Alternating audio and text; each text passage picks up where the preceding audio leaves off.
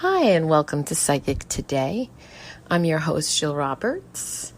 And get ready because today I'm going to talk about ancient civilizations of Lemuria and Atlantis. Now, I did a poll on my Facebook group, which is the same title as this show, Psychic Today with Jill Roberts. You can just go into Facebook and look it up. Search for it and you'll find it, and you can become a member there and you can have a say as to what I talk about. So there are Lemurian crystals, which I absolutely adore, and even though they are a passion of mine, today we're not going to be talking about the crystals themselves, but we're going to actually be talking about theories of Atlantis and Lemuria. So first, let's start with Lemuria. Lemuria, it's the continent of Lemuria, though largely discounted by the theory of plate tectonics and the existence of other sunken continents still visible on the silty bottom of many oceans, lives on in so many people's dreams, so many people's ideologies, so many people's different thoughts and theories and metaphysics that it's something that we've just come to accept as truth, as I do. Okay? What we're talking now is about more like history and zoology and geology. So the Native American Indians have been said to be descendants of the Lemurians, as are certain tribes in Turkey, the Aboriginals, and the populations of Madagascar. It's believed to be located in either the Indian or the Pacific Ocean. According to Helena Petrova Blatsky, the Lemurians are the third root race, making them very ancient indeed, preceded only by the Ethereals and the Hyperboreanus, each laying claim to no living descendants today. Interestingly, according to Madame Blavatsky, the fifth root race, the Aryans, who do have descendants alive today, is now 1 million years old. Lemuria, according to traditional theosophy, began over 34.5 million years ago, and they were dark-skinned and a loving and simple race who coexisted peacefully with the animals around them. When their continent slowly began to sink as a result of so many volcanic eruptions across the continent, the Lemurians dispersed, colonizing the neighboring East Indies, southern India, and Africa. The evidence, despite the lack of proof on the floors of both the Indian and Pacific Oceans, centralizes around the zoologist Philip Lutley Schattler and his findings after amassing the fortuna of Madagascar, finding the similarities puzzling in that they belong not only to Africa, but to India as well. Schattler surmised that there must have been a land bridge and a lost land named Lemuria after the lemurs endemic to Madagascar. There are many other theories surrounding Lemuria, including that they later became the Aryan race in India and invented Sanskrit, and that the Maoris of New Zealand arrived from a sinking island as well in the legends of Easter Island and the continent of Hiva that sank between the waves and many people perished. Lemuria, or Mu, is also said to be the home of dragons, and the time when we truly began to move away from a more animalistic and began to evolve much faster. Some theories, mostly eccentric ones due to Madame Blavatsky, also assert that Lemurians were giants who laid eggs before evolving to give birth to live young as mammals do.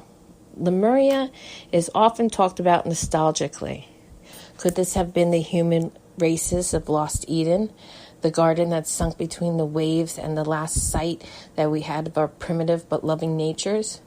Did Lemuria sink because of our wicked sins, as Blavatsky puts forward, or was it rung on the inevitable spiral in history, a civilization that was wiped out, as so many have been since, in order to keep trying until we get things right?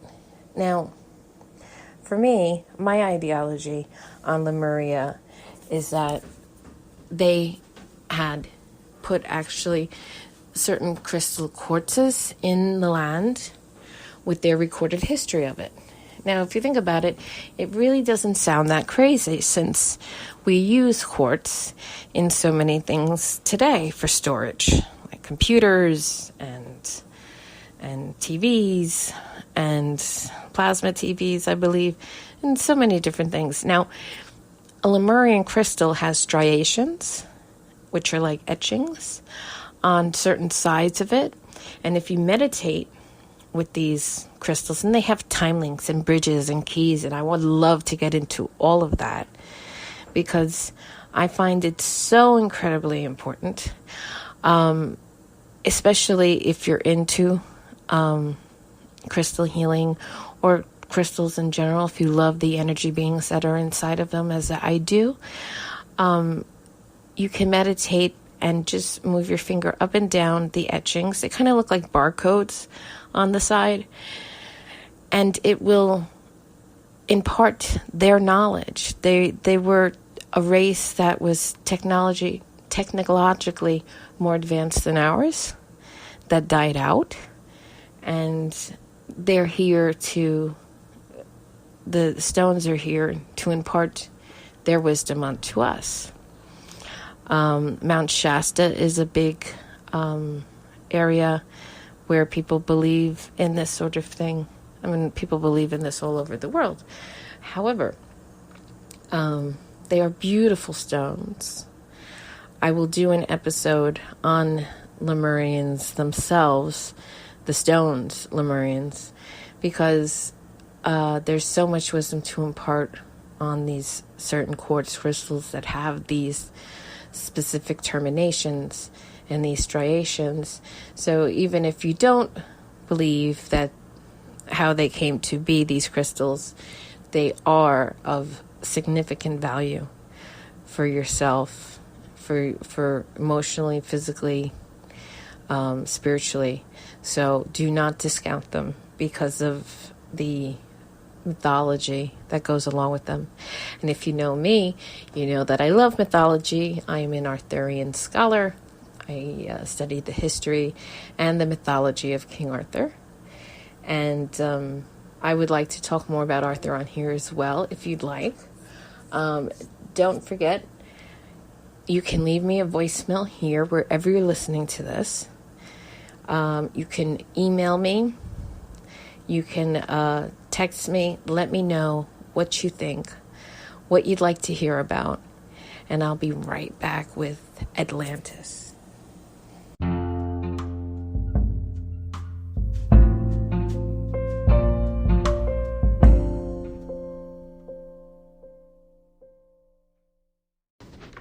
Welcome back to Psychic Today. So I'd like to thus now start with Atlantis. And I have a quote from Freeman Dyson, which is, "Technology is a gift of God. After the gift of life is perhaps the greatest of God's gifts. It is the mother of civilizations, of arts, and of sciences." Now, the fourth race, before the Aryans, but after the Lemurians. So don't forget, Lemurians were supposedly the third root race, the Aryans the fifth, and now we have the fourth. They were said to be the Atlanteans, rising and giving birth to the Toltec and Mongolian races and spreading out into Africa, the Americas, and all of Europe that we know today.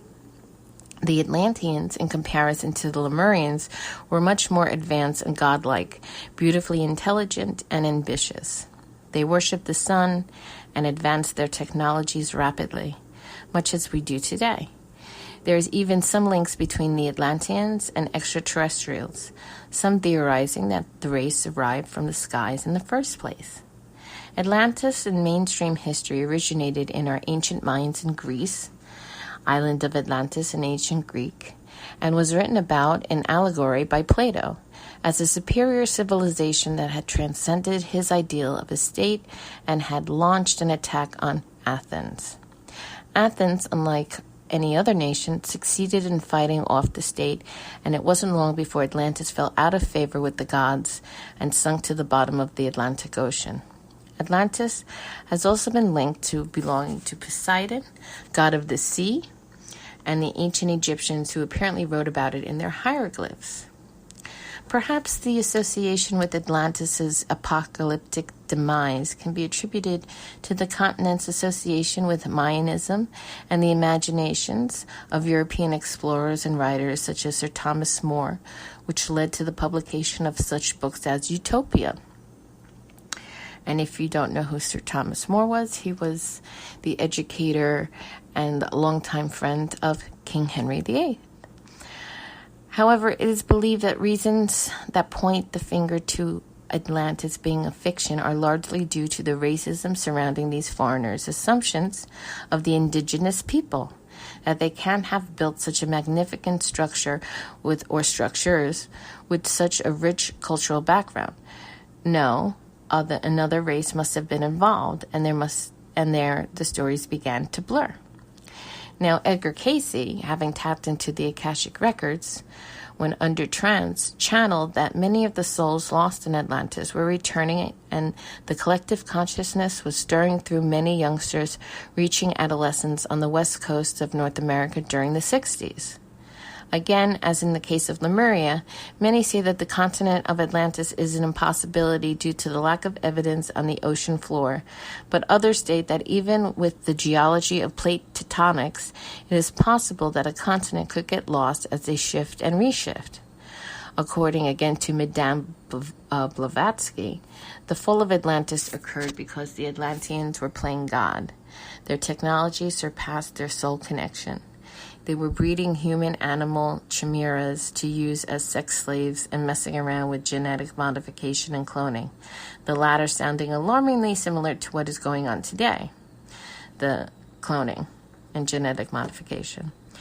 Having been telepathically warned that the continent would sink, many of the inhabitants of Atlantis fled, setting sail on ships before the final submergence in 9,564 BC from a violent series of earthquakes. Was Atlantis simply a figment of Plato's imagination, spurred by nationalistic pride when writing about his beloved Athens? Or are there fragments of truth in these ancient myths passed down and swirled about in the sands of time? And are we heading for the same fate? Or will we merely continue on, ever evolving and seeking out new answers, yet always returning once more to search the bottom of the murky ocean floors? Now, a lot of times, myths are part of history. Like King Arthur. You can't have King Arthur, the man, without the mythology. And it's the same thing here with Atlantis and Lemuria. You cannot have these ancient civilizations that were technologically more advanced and are imparting wisdom to us now without the mythology. So you have to keep that in mind, because without the mythology, there would be no King Arthur. There would be no Lemuria. There would be no Atlantis. Some people feel that, Lemuria was called Pacifica or Mu. And, of course, what is written about Lemuria is metaphoric. And if you look at some of the pictures, a lot of them are linked to sacred geometry. It's about the spiraling consciousness that moves from higher frequencies of thought, a higher harmonic, to lower frequencies, as we are experiencing many places at the same time. As with Atlantis, one has to wonder if Lemuria ever existed in the physical realm or is just a metaphor to remind us that our souls are experiencing multidimensionality, some of which we believe are of other planet experiences. As is above, so is below, all being polarity of experience. As we have the Atlantis and the Atlantic region, we must have its Pacific counterpart, Pacifica. All realities are created based on the digits of sacred geometry, the blueprint of all we experience. It's also known as the Fibonacci sequence.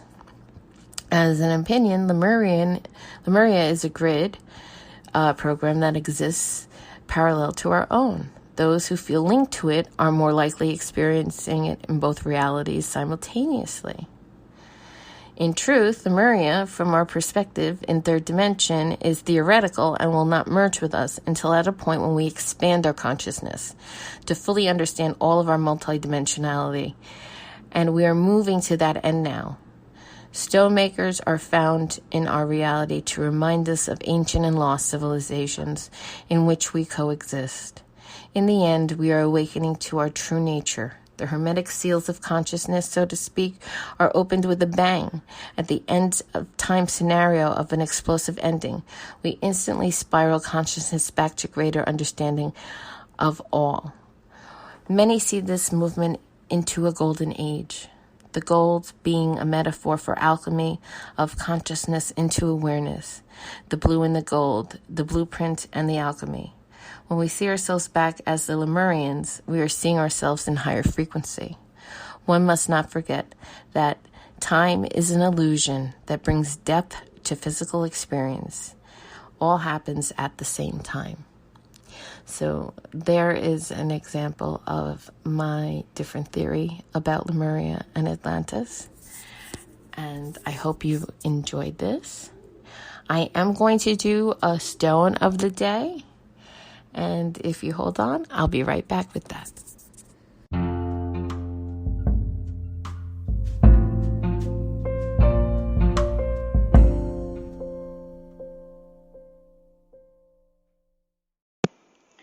Hi, this is Jill Roberts from the show Psychic Today, and I want to talk about Anchor.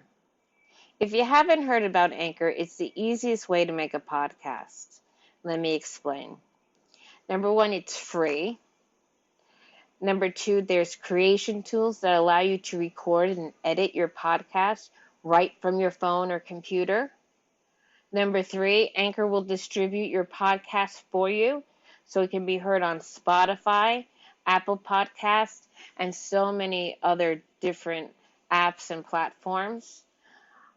You can make money from your podcast, and this is a biggie, with no minimum listenership. With so many other podcast creators out there that I've tried, I would only use Anchor. I mean, there's no fee. It's completely free, and everything is at your fingertips. It's everything you need to make in a podcast in one place. So now download the free Anchor app or go to anchor.fm to get started. Again, that's Anchor, ANCHOR.FM, or download the Anchor app. And I can't wait to hear your podcast.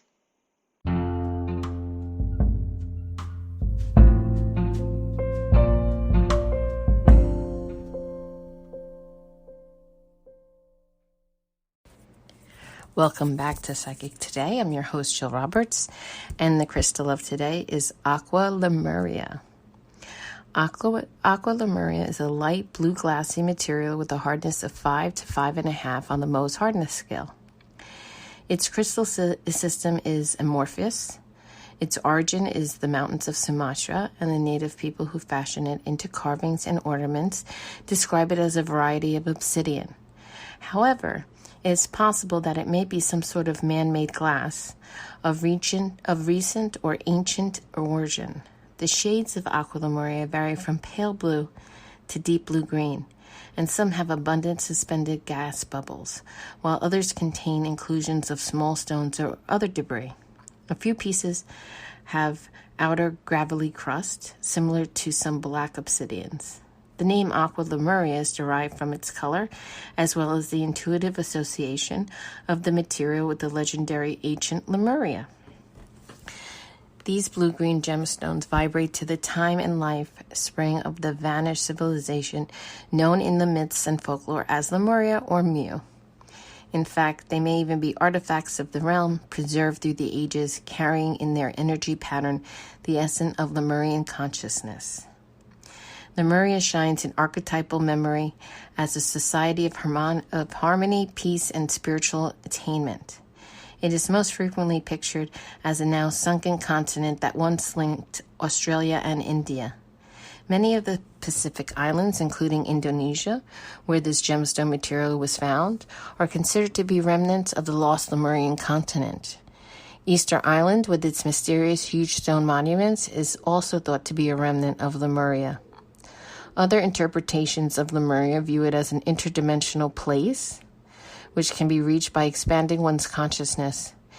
In sense, both may be true.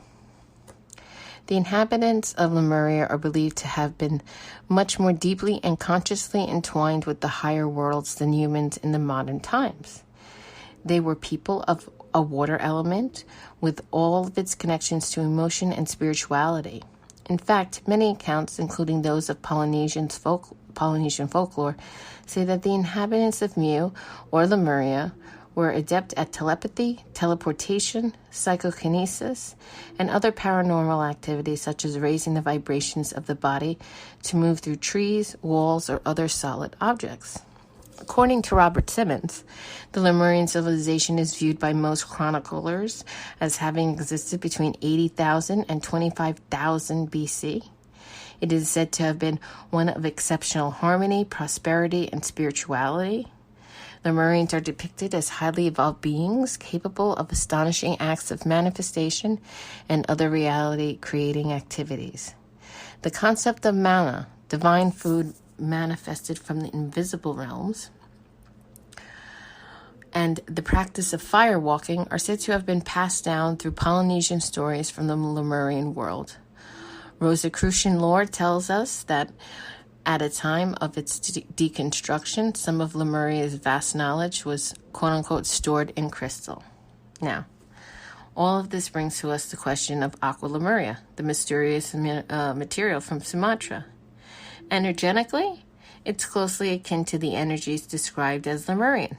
Its colors recall that of the soft, sweet waters of the tropical Pacific, and its vibrations reflect the watery domains of dream, spirit, and magic for which Lemuria is known. Aqua Lemuria resonates with the heart and throat chakras, bringing to consciousness the inner core of wisdom, which the heart knows but cannot express in words. It helps activate the mind centers for understanding and interpretation of the heart knowledge, and also for speaking the language of sacred sound. Sacred sound is the basis of Sanskrit language, and ancient lore suggests that the voice, properly guided from within, may be the most potent tool for manifesting the higher worlds into this lower vibrational domain. Working intuitively with Aqua Lemuria may find the sonic portals for the actualization of this capacity. I have been working recently with vibrational frequencies and sounds and even certain hummings that you can do that open up your consciousness and higher your vibration itself. Aqua Lemuria's potential for awakening the capacity for speaking in the lost tongues of sacred sound may also connect to the idea that Lemuria's knowledge was stored in crystal. The information may not literally be stored in the crystal so much as the crystal awakens in the individual the latent capacity to tap into the knowledge which exists in the invisible field, such as the Akashic records. Beings of the ancient Lemurians' level of awareness may have realized that all knowledge is already stored in the holographic fields of the universe. Giving the proper talisman or key, combined with a pure intent unfettered by doubt, one might tap into a remembrance deeper and more profound than any which can be written. Thus, the crystal key to Lemurian knowledge might be this very substance. Aqua Lemuria, left behind as a touchstone to trigger human resonance with all that is. Whatever its origin, this material evokes all that has just been said about the Lemurian world, making it a keystone indeed. Aqua Lemuria is a stone of unconditional love, helping one to both feel and express the supreme emotion. It is a calming stone, allowing one to release stress and give compassionate attention to others, as well as oneself. It is a stone which unlocks unknown doors within the self, from recall of past life memories and abilities to universal latent capacities, such as telepathy and manifestation. Aqua Lemuria is a tool for awakening, not only to the wisdom of the past, but also to the perfected patterns which can be our future. Aqua Lemuria works in synergy with all of the 3 new azestulates: blue-green azestulite, green fire azestulite, and New Zealand white azestulite. So I know we haven't finished all the azestulates, and we will get to them. And if you like, let me know, and we can do the azestulites that coincide with Aqua Lemuria. I can explain all of these to you. But because these 3 all help to heal and awaken the intuitive capacities of the emotional body, it also harmonizes, of course, with moldavite, phenakite, Libyan gold techite, which is another great stone to work with, Tibetan techite, Gaia stone, amethyst, infinite, Duracell quartz, and also amagreen, I think, is another stone to consider for working with Aqua Lemuria. And of course, any type of Lemurian stone, whether it's Lemurian aqua calcite, aquatine calcite, or a strawberry Lemurian quartz. I just bought 2 of them, and they are so strong vibrationally. And they open my mind, especially in dreams, where I am not only having these wonderful mind-altering dreams, but I am remembering them. So it doesn't pass over from one side of the brain to the other so quickly. So that's the stone of the day, Aqua Lemuria.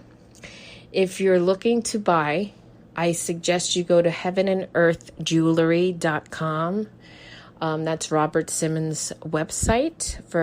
You don't have to get it in a piece of jewelry. You can. But you can get raw stones there. You can get polished stones there. Of course, I always suggest to work with the raw, but that's because I don't like the tumbling process, which cuts down the energy on these stones, of any of the stones. They are crystal beings. We have to stop asking from them and work with them. So, we're not just going to look at, okay, rose quartz means love, and amethyst means, intuitive abilities, and, the generic of we're going to do, or even when you do crystal gritting, you have to connect with the stone, heart to mind, before you can work with it. And see what the stone gives you. And we can do a meditation on that if you like. Let me know in the notes below. Leave me a voicemail through this, wherever you're listening to it on. Leave me an email at Jill@psychictoday with JillRoberts.com. Again, that's Jill, Jill, at psychictoday with Jill Roberts, all one word, .com. And don't forget, all of the pictures from today's podcast will be up on the website, Psychic Today with JillRoberts.com, all one word, Psychic Today with Jill Roberts, JillRoberts.com. May you have an amazing day, no matter when you're listening to this. And I am sending you all of my love and light.